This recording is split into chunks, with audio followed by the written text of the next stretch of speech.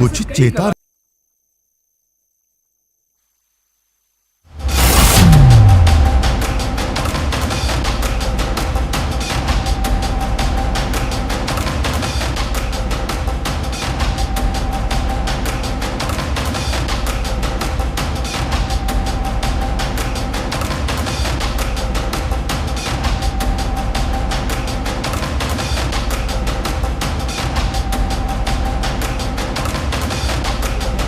और साथ ही साथ बीट प्रभारी के शर्मा को भी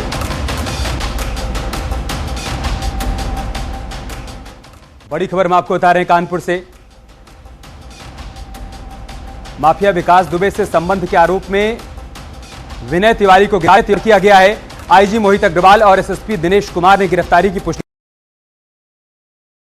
प्रभारी के शर्मा को गिरफ्तार किया गया है।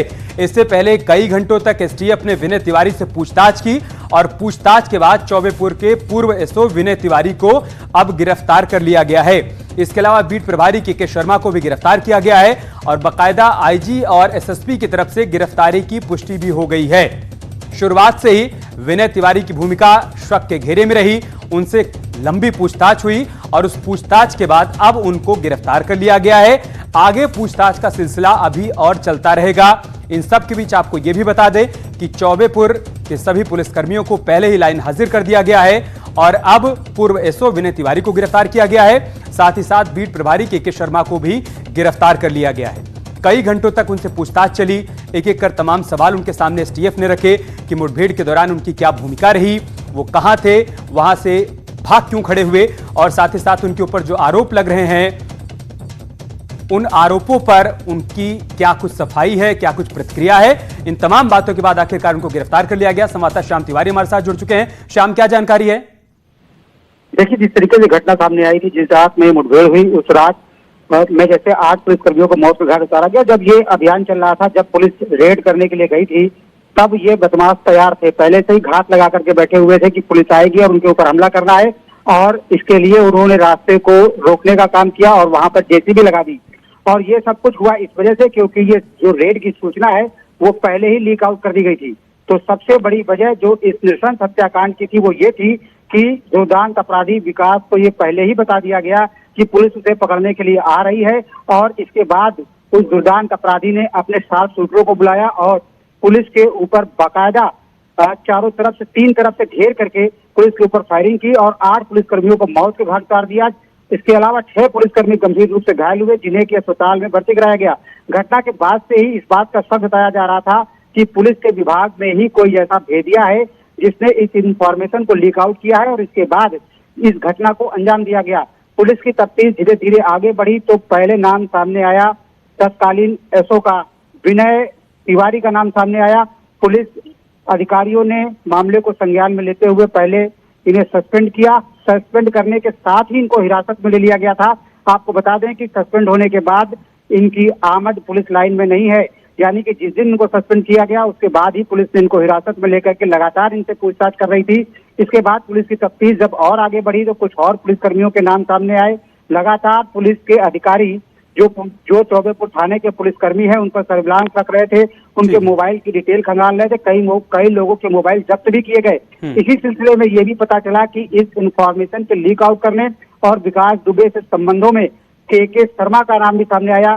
के शर्मा जो कि बीट प्रभारी थे, उनकी जिम्मेदारी न केवल पुलिस को ये इन्फॉर्म करने की थी अधिकारियों की कि किस तरीके की गतिविधियां क्षेत्र में चल रही हैं, बल्कि उन्हें बाकायदा रणनीति बनानी चाहिए थी। अगर ऑपरेशन हो रहा है उनके क्षेत्र में, उनकी बीट के क्षेत्र में पुलिस दबिश करने जा रही है तो उनको उसको लीड करना चाहिए था। लेकिन जब ये दबिश दी गई तब भी वो पीछे चल रहे थे। और इसके अलावा जब इस बात की पुष्टि हो गई कि इन दोनों लोगों ने ही इंफॉर्मेशन को लीक किया है तो अधिकारियों ने इन पर कार्रवाई का फैसला किया और इन दोनों को गिरफ्तार कर लिया गया है।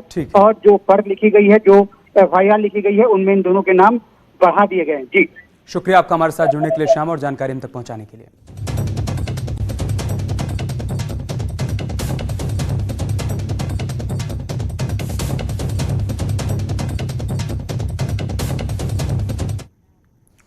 विकास दुबे के करीबी संबंध होने के आरोप में गिरफ्तार चौबेपुर थाने के पूर्व एसओ विनय तिवारी ने 4 दिन पहले न्यूज 18 से बातचीत की थी। क्या कुछ कहा था बातचीत के दौरान, वो भी देखिए।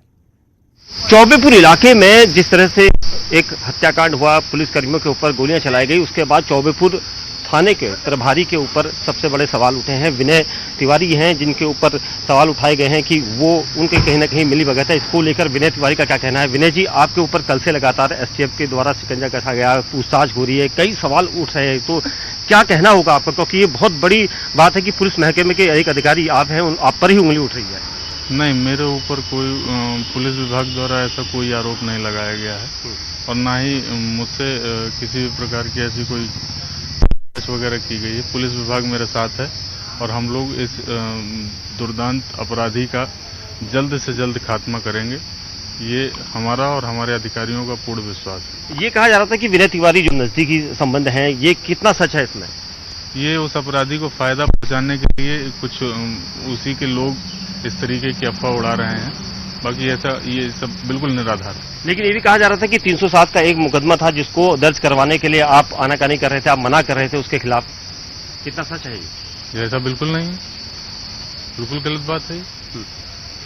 क्या एसटीएफ ने आपसे पूछताछ करी है? नहीं, एसटीएफ पूरे सपोर्ट में है और इस अपराधी का हम जल्द से जल्द इसका खात्मा करेंगे। उस रात क्या हुआ था सर? उस रात से जो आप लोग गए थे यहाँ से, एक मुकदमा पंजीकृत किया गया था इसके खिलाफ 307 और 364 और 7 CLA में। उसी की गिरफ्तारी के संबंध में यहाँ से टीम बनाकर नेतृत्व में सीओ बिल्लौर साहब के हम लोग उसकी गिरफ्तारी के लिए गए थे, लेकिन पुलिस को ये अंदाजा कतई नहीं था कि वो गोली चला देगा और पुलिस इस तैयारी से नहीं गई थी कि वहाँ गोली चल जाएगी। पुलिस उसको केवल गिरफ्तार करने गई थी और अचानक हुई फायरिंग में हमारा इतना बड़ा नुकसान हो गया। तिवारी जी, ये भी कहा जा रहा था कि आप सबसे पीछे चल रहे थे, क्या ऐसा सच है? क्या आपको लगता है कि ऐसा हुआ होगा? हाँ। आपको लगता है? क्या आपको लगता है कि ऐसा हुआ होगा? क्योंकि आपके थाना वर्दी पहनने वाला कोई भी इंसान ऐसा कर सकता है?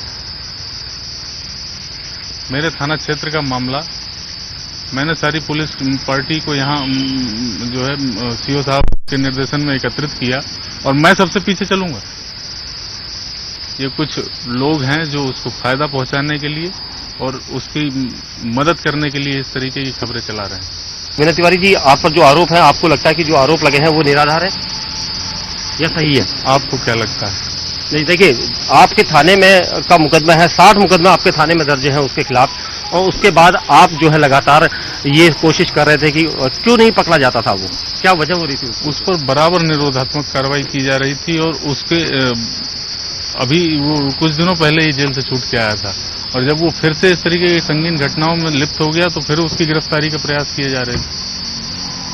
पुलिस ने ऐसा क्या गलती होगी सर? क्योंकि एक ही रास्ते से गए, 3 अलग अलग रास्ते से जाके दबोच सकते थी पुलिस पार्टियां। नहीं, आपने उसका घर देखा होगा जी, उसको जो भी टैक्टिस है उसी हिसाब से काम किया गया था, उसमें कोई चूक नहीं। हाँ।